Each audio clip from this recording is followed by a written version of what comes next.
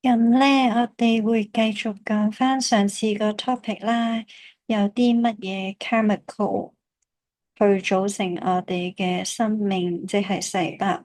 咁上次講咗4隻 organic 嘅 chemical 有機嘅成分，咁我哋會講咗頭2隻 carbohydrate 碳水化合物同埋 lipid 脂肪線嘅。咁咧。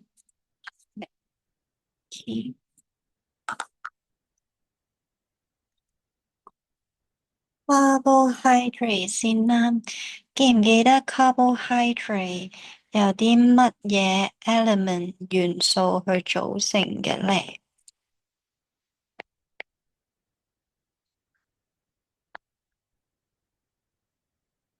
咁就係有3隻元素：CHO、carbon 啦、碳，仲有 H hydrogen 啦、氫同埋 oxygen 氧嘅。咁記住咧，對於碳水化合物嚟講咧，佢嗰個氫氧比例，即係 H 比 O 嘅比例，一定係2:1。譬如我有6個 H 嘅話，咁即係我得3個 O 嘅啫。有12個 H，咁就會有6個 O 咁樣咯。咁咧，另外就係我哋會將我哋有唔同嘅 carbohydrate 碳水㗎，咁譬如葡萄糖啦、澱粉啦、糖原啦、纖維素啦、乳糖啦，我哋有超級多唔同嘅碳水化合物嘅。咁我哋主要將碳水化合物咧分咗做3類，第一類咧叫做 monosaccharide，即係單糖。咁即係話咧，mono 嘅意思咧，即係一個嘅意思。咁所以 monosaccharide 單糖其實即係話佢係得一個糖分子喺入邊嘅啫。咁如果你見到啲圖嘅話咧，通常佢會用一個五角形啦，誒，佢會用一個五角形或者一個六角形去表示，咁即係話佢得一個糖，佢係 monosaccharide 嚟嘅。咁第二類咧就係 disaccharide 雙糖。咁大咧 Di 啦，其實就代表兩個嘅意思。咁所以你會見到個圖，可能就係兩個 monosaccharide，即係兩個單糖啦。譬如啱啱話單糖係一個五角形或者一個六角形啊嘛。咁雙糖就會你會見到有兩個五角形、兩個六角形或者一個五角形加一個六角形，跟住連住咗，咁就係雙糖，兩個糖嚟嘅。咁最後一類咧就係 polysaccharide 多糖。咁即係佢由好多個糖組成啦。咁 poly 唔係3個、4個、5個，冇 specify 個數量，純粹就係比較多咯，有幾個咁樣啦，都唔知幾個。polysaccharide 其實係好多好多個糖去組成埋一齊，咁所以我哋就唔話啦。你當啲五角形或者六角形或者兩款都有啦，再乘 n 咁多個咯。咁 total 3類啊，monosaccharide 單糖、disaccharide 雙糖同埋 polysaccharide 多糖。咁有啲咩例子咧？譬如 glucose 啦，葡萄糖就係 monosaccharide 嚟嘅。咁仲有嘅話就係 galactose 啦，半乳糖都係 monosaccharide 嚟嘅。仲有第三隻 fructose 啦，果糖都係 monosaccharide 嚟嘅。咁比一比佢哋個，比一比佢哋個 chemical formula 個化學結構睇一睇。咁你見到 glucose 一個六角形咯，葡萄糖嚟嘅呢一個係。咁中間嗰個就係 fructose 啦，果糖嚟嘅一個五角形啦。咁然之後隔籬嗰個就係 galactose 半乳糖啦，都係一個六角形。咁你見到佢哋就由啲 C 啊、H 啊、O 啊去組成咁樣咯。咁然之後咧，我哋可以睇下點樣去有 disaccharide 雙糖啦。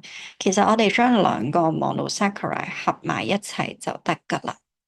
咁我哋譬如可以將兩個嘅葡萄糖 glucose 合埋啦。咁畫翻 glucose 出嚟先啦。glucose 有六個 carbon，六個碳嘅，呢度第五個，第六個會對上去。跟住呢度係 oxygen，跟住呢仲有呢度有 H2OH 啦，呢度有 HOH。H O H O H H H O H 係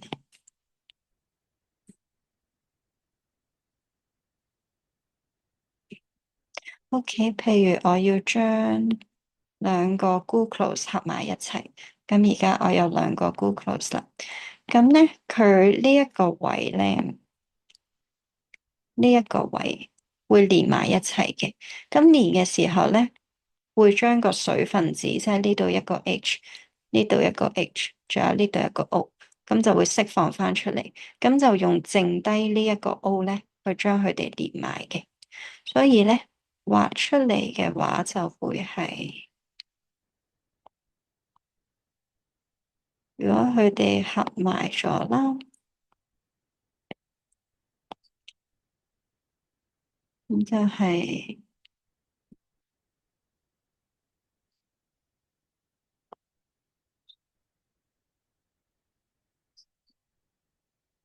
OK。呢度咧會得翻個 O 嘅啫。咁個 H2O 就會走咗出嚟，咁就用個 O 將呢兩度連埋，咁就會另外咧，仲會走咗個 H2O 即係水出嚟嘅。咁呢個過程咧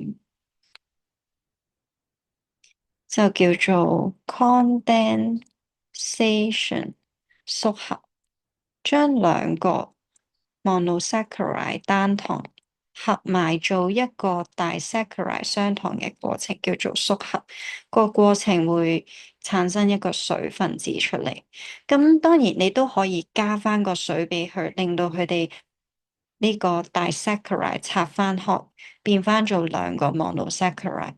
咁如果你加水咧，去拆翻開就叫做 hydrolysis，中文即係水解。咁透過水解就可以由雙糖拆翻做兩個單糖。咁上面所有單糖都可以咁樣做嘅。譬如咧，我將兩個 glucose 啦，啱啱嗰個例子就係我將兩個 glucose 兩個葡萄糖合埋，咁咧就會變咗做 maltose 麥芽糖嘅。所以其實麥芽糖即係等於兩個葡萄糖嘅啫。咁然之後咧，我可以將 glucose 葡萄糖啦，同埋嘅 lactose 半乳糖合埋啦，變做 lactose 乳糖。咁都係做一樣嘅嘢㗎咋，做縮合，釋放一個水分子，咁你就會得到一個乳糖。咁仲有可以將 glucose 葡萄糖同埋 fructose 果糖合埋一齊咧，咁你就會有 sucrose 蔗糖嘅。咁同樣都係做一個縮合嘅過程，釋放一個水分子，咁你就會有 sucrose 蔗糖噶啦。咁又或者咧，你可以將好多好多嘅 glucose 合埋，即係做好多好多次縮合，釋放好多好多水分子。咁你將好多個 glucose 合埋咧，你有可能得到三樣嘢嘅。第一樣咧係 starch 澱粉。第二樣咧係 glycogen 糖原，第三樣咧就係 cellulose 纖維素。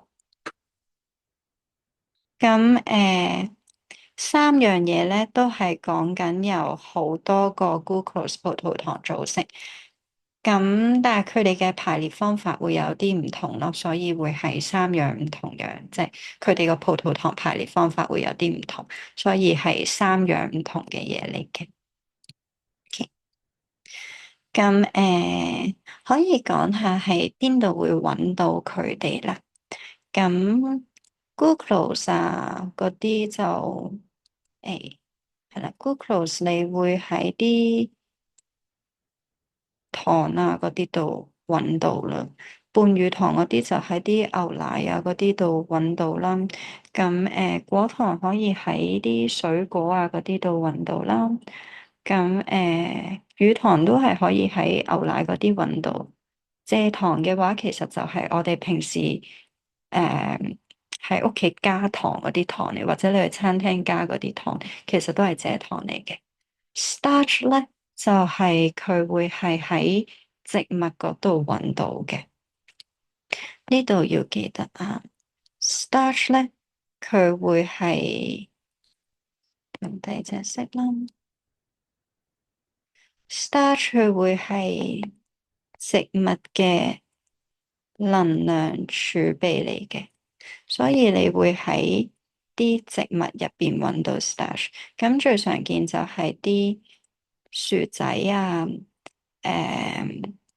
飯啊、啲米啊，即係啲麥咯，小麥、大麥啦。跟住咧，咁 glycogen 咧，佢係動物嘅能量儲備嚟嘅，咁所以你會食動物嗰陣就會揾到佢咯。咁然之後纖維素咧，就係會喺植物嘅細胞壁嗰度，佢係組成植物嘅 cell wall 細胞壁嘅。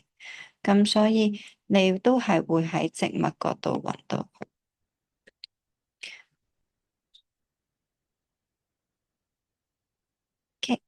咁所以 starch 澱粉同埋 cellulose 纖維素咧，會喺植物揾到。一個係作為植物嘅能量儲備，另一個係作為植物嘅細胞壁嘅成分。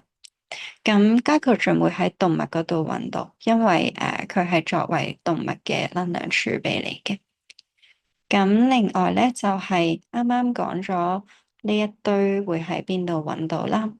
咁 monosaccharide 啲單糖咧要記得，佢係可以直接作為一個 energy source 嘅，佢唔係 energy reserve 啊，唔係能量儲備，佢直接係作為一個能量嘅來源嘅。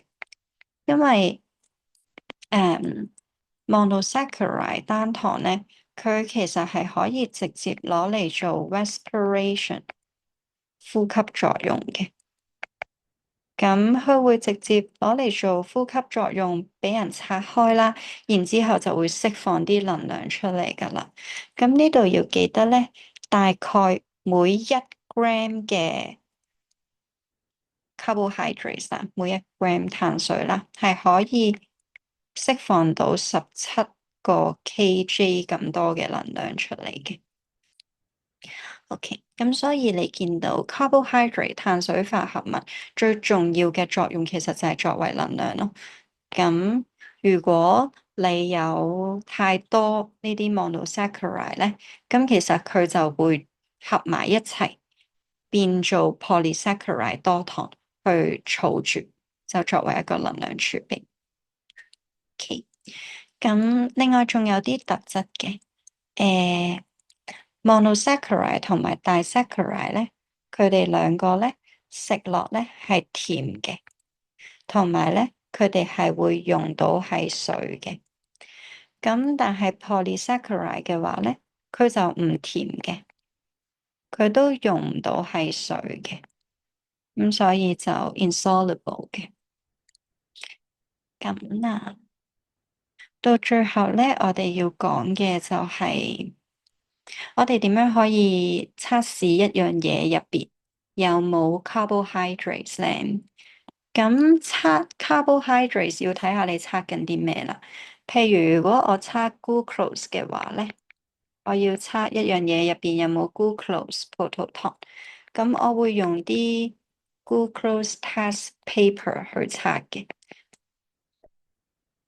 Glucose test paper 其實喺啲藥房都有得買噶啦，因為通常糖尿病嘅病人咧，講緊啲尿入邊會有葡萄糖嘅，咁你可以喺萬寧嗰啲買盒 glucose test paper 睇下啲尿入邊啲葡萄糖多唔多，咁你就知道有冇糖尿病呢個問題啦。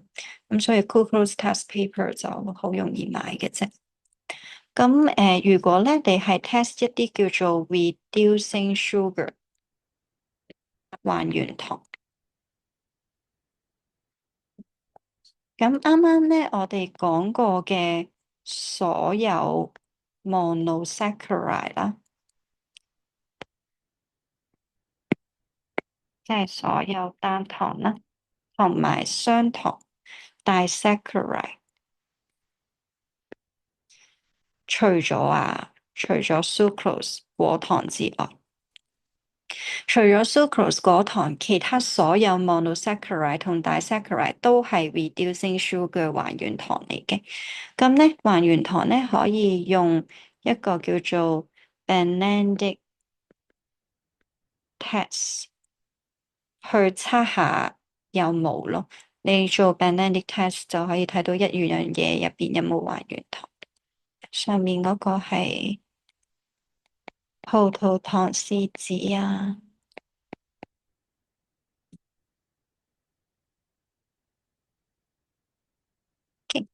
咁最後如果 test starch 啦澱粉嘅話咧，我哋會做一個 iodine test 嘅一個碘液測試。咁我哋要記咧就係記呢三個 test 嘅啫。咁我哋都睇下啦，呢度。咁呢個咧就係 glucose test paper 嚟嘅，啲葡萄糖試紙。咁有唔同款啦。咁你只需要將你測嘅嗰樣嘢要係液體嚟嘅。咁將嗰樣嘢，然之後搵張試紙浸落去，咁然之後睇下有冇啲顏色嘅變化咯。咁每一張葡萄糖試紙，佢哋個顏色都會有分別。咁你參考翻嗰個試紙，佢會話俾你聽，有葡萄糖會係咩色，冇葡萄糖會係咩色。咁你對翻，你就會知嗰樣嘢入邊有冇葡萄糖噶啦。咁譬如呢度啦，呢一隻啦，咁你見到佢話0%咧就冇葡萄糖嘅，2%咧就會sorry。0%咧冇葡萄糖咧會係黃色嘅，跟住如果咧有葡萄糖，咁根據個濃度啦，咁佢就會有啲顏色變化。如果你少啲咁就可能淺綠色咯，如果你多啲嘅話就會係深綠色。所以如果你將個試紙浸咗一樣嘢入邊，佢出到綠色嘅，咁就係話佢有葡萄糖啦。如果佢出黃色，咁就即係話佢冇葡萄糖咯。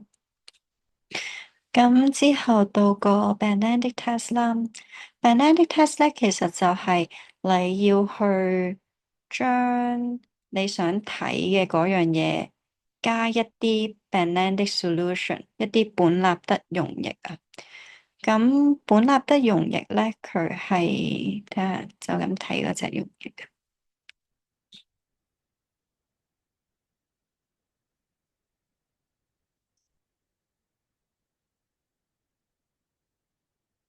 咁 Benedict solution 苯納德溶液咧就係咁樣藍色嘅，咁所以我可以將我想要測嗰樣嘢啦，再加啲苯納德溶液落去啦，咁然之後咧，我再攞去加熱，一定要加熱啊，加到起碼70幾度啦，可以超過70幾度都得嘅。咁然之後佢應該會有個 color change 嘅，如果佢真係有 reducing sugar 還原糖，咁佢就會有呢一個 color change 咯。如果少啲咧，佢就會變綠色嘅；多啲咧就會變橙啊、紅啊咁樣嘅。咁到最後咧就係個 iodine test 啦。咁如果你想測入邊有冇澱粉咧，你做 iodine test 就係碘液測試。咁都係將你想測嘅嗰樣嘢加一啲 iodine solution，即係一啲碘液。碘液係咁嘅色嘅，啡啡地、淺啡色嘅。咁如果咧佢係有 starch 喺入邊啦，有澱粉喺入邊啦，佢就會由呢一隻啡啡地淺啡色咧，變咗做隔籬嗰支好深好深嘅藍色嘅。咁我哋會話呢個係一個黑藍色嚟嘅。咁所以啱啱講咗啦，glucose 咧想 test 嘅話咧，就用葡萄糖試紙。咁根據翻唔同葡萄糖試紙，佢個顏色變化都會唔同嘅。咁如果你係想 test reducing sugar 還原糖咧，咁就做 Benedict test 本納德測試。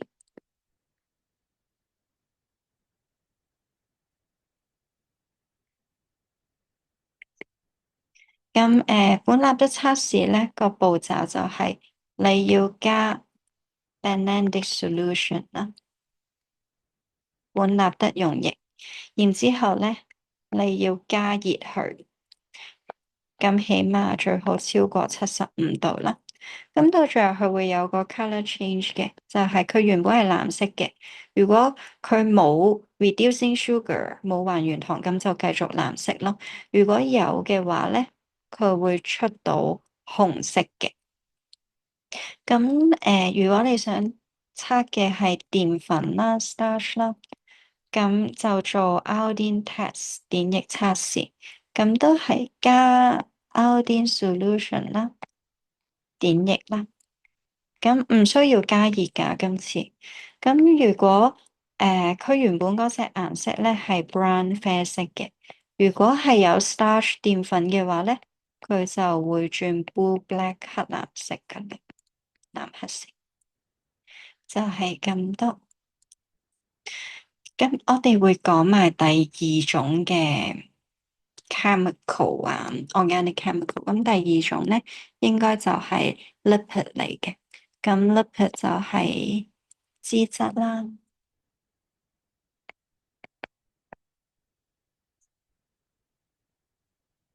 咁記唔記得脂質有啲咩 element 組成嚟？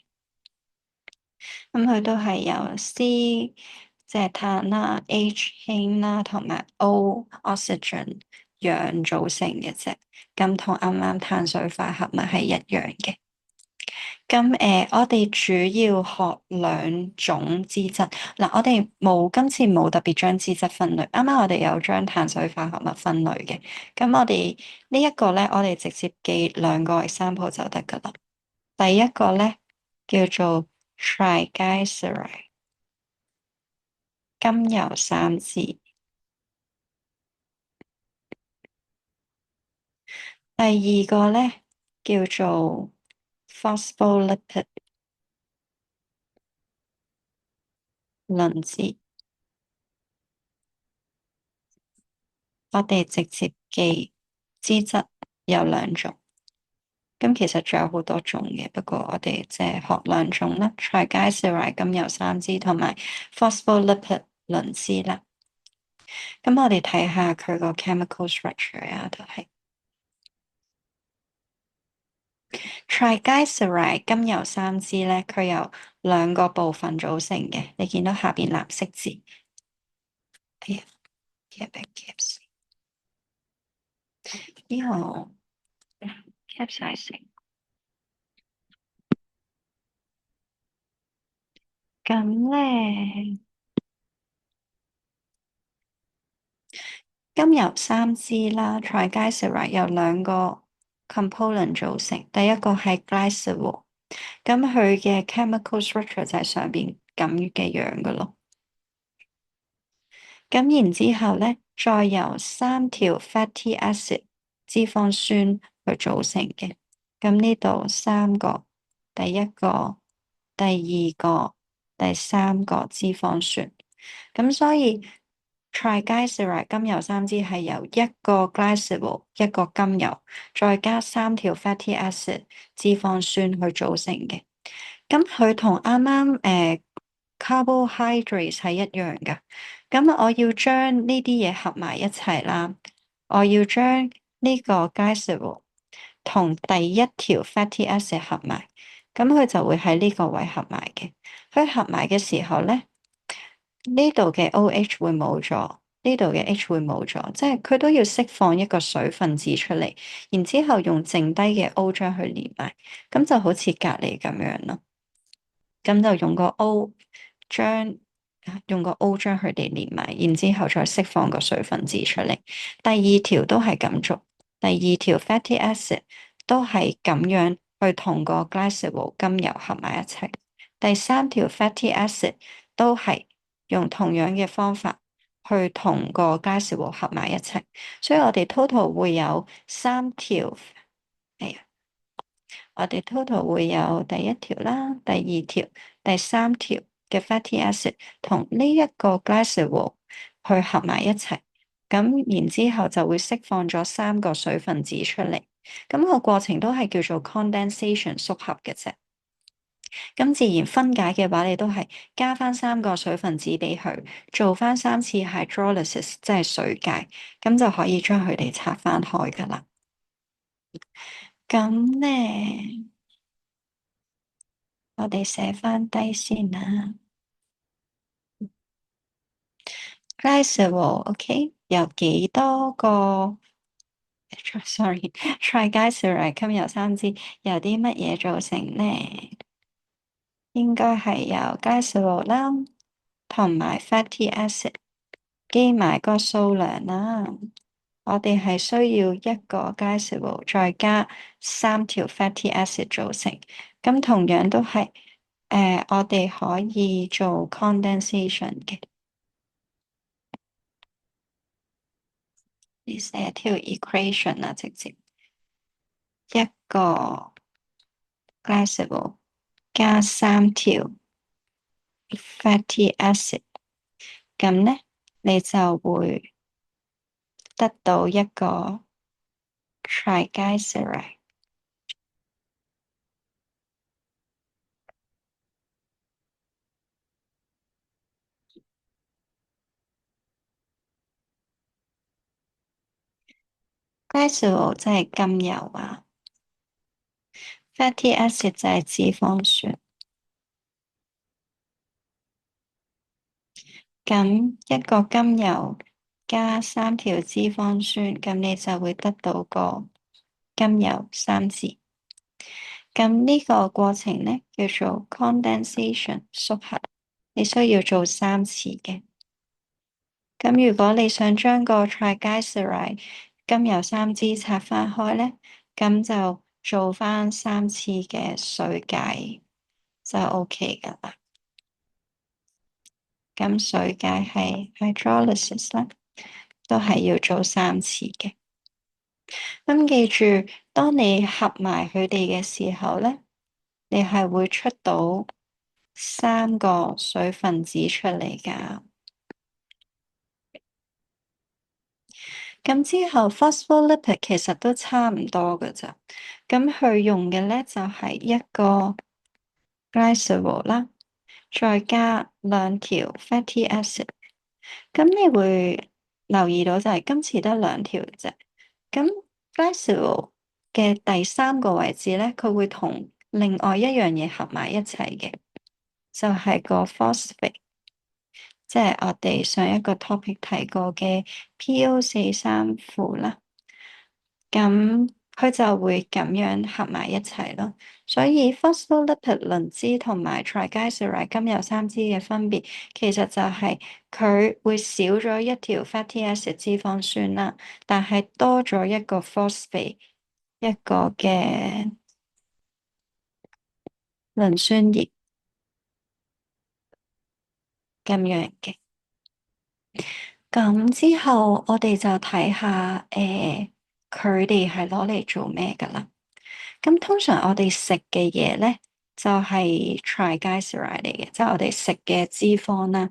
通常就係一種 triglyceride 啦。咁脂肪對我哋身體有咩用呢？最重要咧，佢同 carbohydrate 一樣，可以作為一個 energy reserve 嘅一個能量儲備。佢唔係最重要嘅能量來源嚟。如果我哋身體有 carbohydrate 碳水咧，我哋身體會用咗碳水嚟作為一個能量先嘅。咁係用晒啲碳水之後啦，我哋先至會用脂肪去提供能量嘅啫。所以點解通常話做運動咧，你做頭30分鐘係減唔到肥噶？因為你用緊嘅係身體嘅碳水去做能量來源嚟做運動咯。其實你冇燃燒到任何脂肪，你要用晒啲碳水咧，先至可以去攞個脂肪嚟作為能量嘅。咁脂肪作為能量咧，佢係提供好多噶。佢啱啱碳水係17個 kJ 啊嘛，每一 gram，而脂肪咧係講緊每一 gram 咧，佢係可以提供到大概38個 kJ 咁多嘅能量，所以佢會係碳水嘅2倍咯。咁咧，除咗作為能量咧，脂肪咧仲可以儲喺我哋嘅皮膚下邊啦。咁就係作為一個 subcutaneous fat 皮下脂肪。咁皮下脂肪咧係可以幫我哋去保暖嘅。咁佢仲會儲喺我哋嘅內臟周圍咯。佢仲會 surround 一啲 internal organs 啦，儲喺一啲器官嘅附近啦，咁就去保護我哋啲器官。咁另外咧，身體入邊有啲嘢咧係用唔到係水嘅，但係用到係脂肪嘅。咁嗰啲物質叫做 lipid soluble 嘅嘢。咁譬如就係維他命 A 啦，同埋維他命 D。咁呢啲係一啲 lipid soluble 脂溶性嘅物質嚟嘅。咁如果我哋要去儲存啦、store 啦，又或者要去 transport 運輸啦，又或者係要去嗯吸收呢一啲嘢啦。咁其實我哋係會用 lipid 脂肪去 store、去 transport、去 absorb 呢一啲 lipid soluble 嘅嘢嘅。咁仲有咧，我哋身體有一啲嘅荷爾蒙 hormones 啦，又叫做激素啦，都係用 lipid 去整嘅。咁通常同 sex 有關，即係嗰啲雌激素、雄性激素，嗰啲激素就會係用 lipid 脂肪去整㗎咯。phospholipid 嘅話咧，呢一隻主要咧就係作為我哋細胞膜嘅，幫我哋整細胞膜 cell membrane 嘅。OK，咁另外我哋會喺啲咩食物度揾到咧？一啲肉啦，但係通常係啲皮咯，啲肥膏位先會有，或者啲 nuts 啦、果仁啦、豆啦，跟住仲有可能啲牛油啊，仲有啲植物油咯，煮餸用嗰啲芥花籽油啊、花生油啊，都會揾到 lipid 嘅。咁咧。另外，最後就係、我哋如果想測試一樣嘢有冇脂肪咧，我哋可以做一個叫做 Westport test 油脂測試。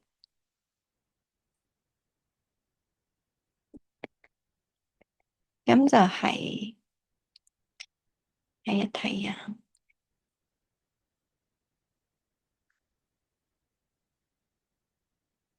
我哋咧可以揾張呢一啲 filter paper，一啲濾紙啊，係啦，實驗室用嗰啲過濾紙咧 filter paper。咁然之後咧，我哋可以滴一滴嗰個你想測嗰樣嘢喺上邊，咁佢會形成咗一個透明點嘅。咁然之後咧，你將佢浸落啲 organic solvent 一啲有機溶液，譬如酒精嗰啲。